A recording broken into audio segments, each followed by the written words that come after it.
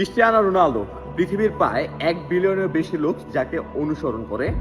ফুটবলের নাম নিলে যার নাম অবশ্যই উঠে আসে এবং এমন একটা আইকনের নাম যাকে পৃথিবীর ম্যাক্সিমাম মানুষ অনুসরণ করে থাকে।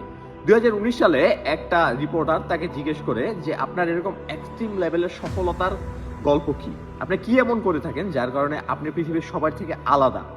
তখন রোনালদো একটা আনসার করে, Most important thing is not what you do, it's you have to do. আপনি একটা কাজ করতেছেন সেটা ইম্পর্টেন্ট না, আপনি একটা কাজকে যে কোনো পরিস্থিতিতে করতে পারতেছেন সেটা সবচেয়ে বেশি ইম্পর্টেন্ট। আমরা সাধারণত একটা কাজ শুরু করার কিছুক্ষণ পর বা কিছুদিনের মধ্যে বিভিন্ন অজুহাতের কারণে কাজটা ছেড়ে দেই বা ওই কাজটাতে সফল হতে পারি না।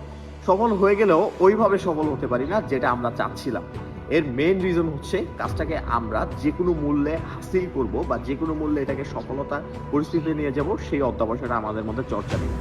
আপনি একটা জিনিসের সফল বা মাস্টারি তখনই অর্জন করতে পারবেন যখন ওই জিনিসটাতে আপনি একটা লং টাইম সময় ইনভেস্ট করে যাবেন। তারাই হতে পারে যারা একই কাজের উপর বারবার ফোকাস রাখে।